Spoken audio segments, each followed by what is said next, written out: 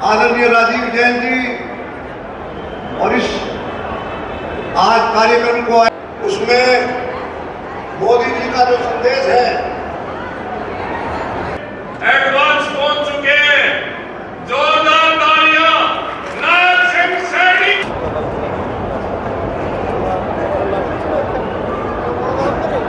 मुख्यमंत्री जी आपके बीच में खड़े होके तालियों से स्वागत, महिलाएं भी खड़े होके तालियां बजनी चाहिए, तालियां बजती रहनी चाहिए जोरदार। मुख्यमंत्री जी भी मोदी जी ने हरियाणा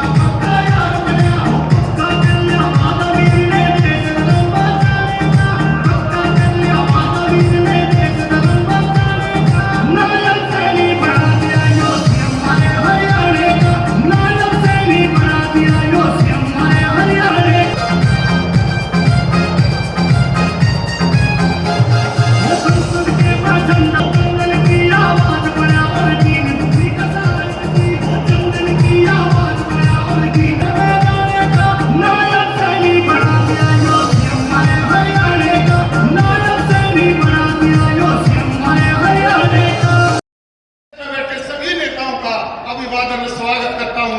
मैं अलग दिशा में लेके जाएगा जिस ढंग से 10 साल में आदरणीय और इस मंच पर बैठे हुए भारतीय जनता पार्टी के वरिष्ठ कार्यकर्ता साथियों, इस पंडाल में उपस्थित मेरी मातृशक्ति, श्रद्धा के योग बुजुर्गों और नौजवान। नरेंद्र मोदी जी ने जो कहा था कि मेरी सरकार ये गरीब को समर्पित सरकार हो लिया है, आज उसको चिंता नहीं है कि उसके इलाज के लिए सचेत रहने की आवश्यकता है, क्योंकि ये यही सरकार है जो गरीब की चिंता करती है, दुआ की चिंता करती है और जो देश के भाइयों गरीब की चिंता करती है। हमें इस बात को करने का काम इन 10 वर्षों के अंदर ये हमारी सरकार ने किया है। भाइयों, मैं आप लोगों से कहना चाहता हूँ कि गरीब के हित की सरकार है और आप लोगों को मैं विश्वास दिलाता हूँ कि एक साधारण परिवार के बेटे को ये भारतीय जनता पार्टी है कि आज एक मुख्य सेवक के रूप में ये हरियाणा में जिम्मेवारी दी है। मैं आज इस महम के ऐतिहासिक भूमि से मैं आज आप लोगों को एक बात कहना चाहता हूँ कि कोई कोर कसर नहीं छोड़ूंगा आप लोगों को और इस हरियाणा प्रदेश को आगे बढ़ाने के लिए दिन रात आदरणीय नरेंद्र मोदी जी के आशीर्वाद से, आदरणीय जगत प्रकाश नड्डा के आशीर्वाद से, आदरणीय अमित शाह जी के आशीर्वाद से, आदरणीय मनोहर लाल जी के आशीर्वाद से हरियाणा प्रदेश को आगे बढ़ाने का काम करेंगे। भाइयों, जितनी योजनाएं चली हैं और जितनी योजनाएं बनाई हैं, एक एक योजना को भाइयों इम्प्लीमेंट करके अंतिम व्यक्ति तक लाभ पहुंचाना ये मेरी जिम्मेवारी है। किसी व्यक्ति को कोई चिंता करने की जरूरत नहीं है। आज गरीब व्यक्ति का बेटा भी बिना पर्ची बिना खर्ची के हरियाणा सरकार का ICS अधिकारी लग जाता है। भाइयों, में इस बात को भी हम लोग जानते हैं 2014 से पहले कितना भ्रष्टाचार था। भाइयों, यहाँ के नेता नहीं बोलेंगे और उसके ऊपर वो कहीं ना कहीं मौन हो जाते हैं और जब मौन हो जाते हैं तो उसका असर गरीब के ऊपर ही पड़ता था। जो गरीब को सुविधाएं मिलनी थी, जो हमारी बहन ने अभी राधा अलावत ने बात की कि वैक्सीन बनी है और वैक्सीन बनाने का काम ये पहली बार 220 करोड़ डोज फ्री में देने का काम ये नरेंद्र मोदी ने किया है। मजबूती से खड़ा होकर के पहरा दे रहा है कि गरीब तक वो लाभ पहुंचे, गरीब तक आयुष्मान कार्ड पहुंचे, गरीब तक भाइयों माता बहन को पानी लेने के लिए कहीं दूर ना जाना पड़े। मेरे किसान को प्रधानमंत्री किसान सम्मान निधि देने का काम किया है। भाइयों ये 2-3 करोड़ रुपया, 3 लाख करोड़ रुपया नरेंद्र मोदी जी ने देश के अंदर प्रधानमंत्री किसान सम्मान निधि के माध्यम से किसान के खाते के अंदर पहुंचाने का काम इन्हीं 10 वर्षों के अंदर किया। भाइयों ये लोग जब भ्रष्टाचार करते थे तो उस भ्रष्टाचार का असर कहीं ना कहीं गरीब के ऊपर पड़ता था, गरीब के अरमान दबते थे, विकास के ऊपर पड़ता था, देश के अंदर विकास नहीं हो पाता था।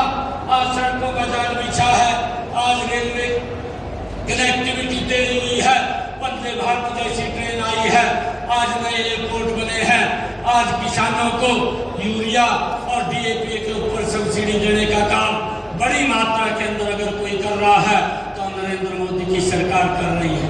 भाइयों इस बात को आप नहीं भूले, इन लोगों को पूछना चाहिए। ये लोग सत्ता के अंदर बैठे थे, 2012-13 की बात है, केंद्र में भी इनकी सरकार थी, प्रदेश के अंदर भी ये मुखिया बने बैठे थे। मेरे किसान के यूरिया के भाव बढ़ गए थे, DAP के भाव बढ़ गए थे। भाइयों वो बड़े विभाग के ऊपर ही उनको मिल रहा था, ये अंतर्राष्ट्रीय स्तर के ऊपर हुए थे। 1200 साढ़े 1200 का ये खाद का थैला मिलता था, किसानों के हाथ के ऊपर इन्होंने छोड़ दिया, परंतु उसकी चिंता नहीं की।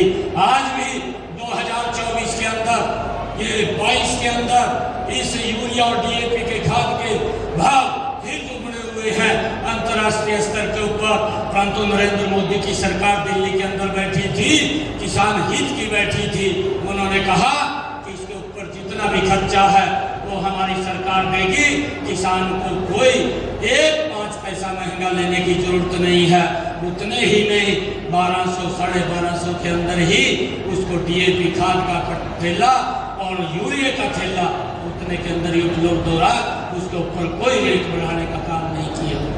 भाइयों ये सरकार आप लोगों के हित की सरकार है। मैं आप लोगों से आग्रह करूंगा कि आइए मिल करके हम सब एकजुटता से ये संकल्प लेकर के जाएं कि यहाँ रोहतक की जो हमारी लोकसभा की सीट है, जो कमल का फूल डॉक्टर अरविंद शर्मा जी लेकर के आए हैं, भाइयों इस कमल के फूल को सबसे ज्यादा बहुमत से खिला करके नरेंद्र मोदी जी के पास भेजने का काम करें। भाइयों ये संकल्प लेकर के हम जाएंगे। और मैं आप लोगों को बताना चाहता हूँ, क्योंकि मैं लगातार ये बात कहता हूँ कि हमारे कार्यकर्ता है, बहुत मेहनत करते हैं। और आप लोगों के लिए पहले तो ऐसी स्थिति होती थी कि मुख्यमंत्री का दरवाजा कई खास लोगों के लिए 2014 से पहले खुलता था, जो खास लोग होते थे। आज मुख्यमंत्री का दरवाजा प्रदेश के गरीब व्यक्ति के लिए खुलता है। ये अंतर भाइयों इस सरकार के अंदर है। आज उसके लिए योजनाएं बनती है, आज उसके घर में योजनाएं पहुंचती है। मैं कार्यकर्ताओं से भी ये बात कहना चाहूंगा कि आप लोग मजबूती से काम करिए, किसी कार्यकर्ता के सम्मान को कम नहीं होने देंगे, उसके सम्मान को बढ़ाने के लिए काम करेंगे।